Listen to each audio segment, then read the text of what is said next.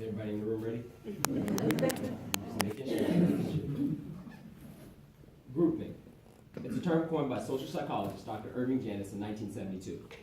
Dr. Irving Janis observed that whenever a group is trying to be highly cohesive, they usually make faulty decisions because of deterioration of mental efficiency, reality testing, and morality testing. As I talk today and I list some of the symptoms of groupthink, I want you to think whether or not in your today's life do these symptoms apply to you. Symptom number one that Dr. Irving Janis observes is the opposition of dissenters.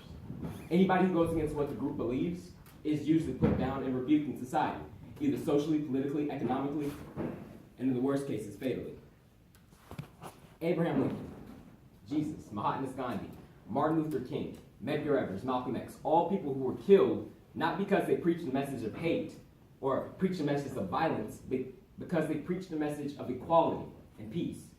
They went against what the group thought, against what society thought. And because of that, they died. They suffered the ultimate cost, their lives.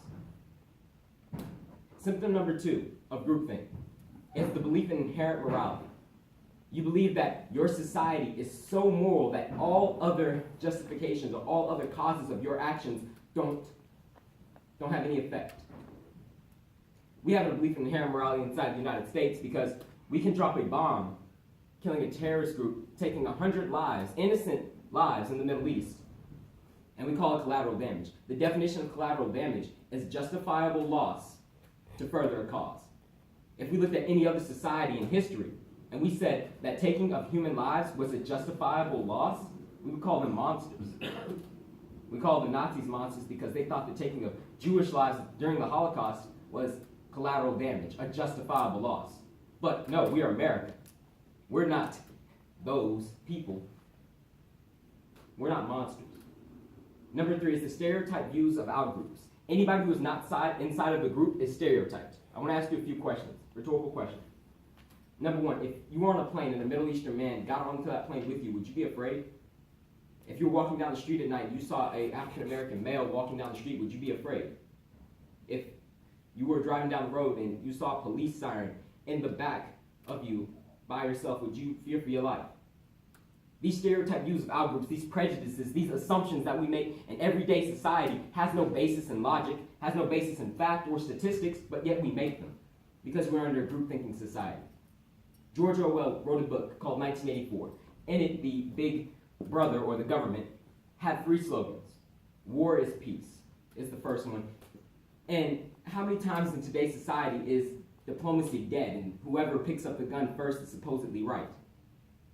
Number two is slavery is freedom. I think about after World War II when freedom didn't become working for what you had. Freedom became inside of America if you had a car and a house just like your neighbors. You walked inside of your door after you got home from work. You had a son and a daughter, one a cheerleader, one a high school football player, and your wife kissed you and dinner was already ready. That became freedom.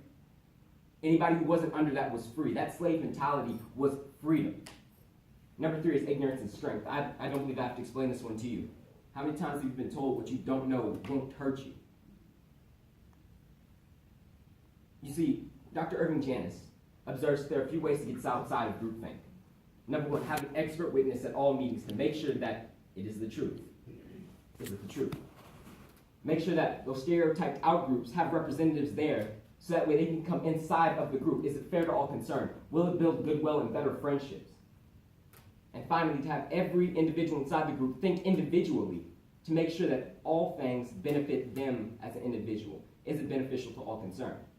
You see, the four-way test isn't something you say in the morning and you forget when you go to sleep. It is a light, a roadmap, a guide to turning on a light in a dark room, dealing with the nasty things that show up and progressing in a society that has stayed stagnant for far too long. You've had the answer in front of you this entire time. And I know it's scary to go against what the group thinks. Those names I listed aren't just random, and there are many, many more where they came from. But as humanity progresses, we must progress. We must follow the four-way test. Find your humanity. Find what makes you a person. Live Rotary. Thank you.